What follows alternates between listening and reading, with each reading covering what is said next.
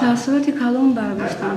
Барои ин ки аҳволи он модароне ки мебинем ки фарзандошон дар ҳамин хел чизҳои ифодгарӣ даромаданду дар ҳамин хел корҳои ношоиста даст даданд, онҳоро дида худ ба худ меандешам ки ба ҳар як фарзанд ақли солим дар кор аст ва ин ҳамаш аз нодонии халқ аст, чунки халқ гумроҳ аст. ҳар он чизе ки онҳо гуфтанд ба ҳамон суханои ҳамоно мисол мумкин аз нарасидани дар зиндагиашон камбудиёи маблағ бошад ки онҳо ба ҳамин хел роҳҳо мераванд.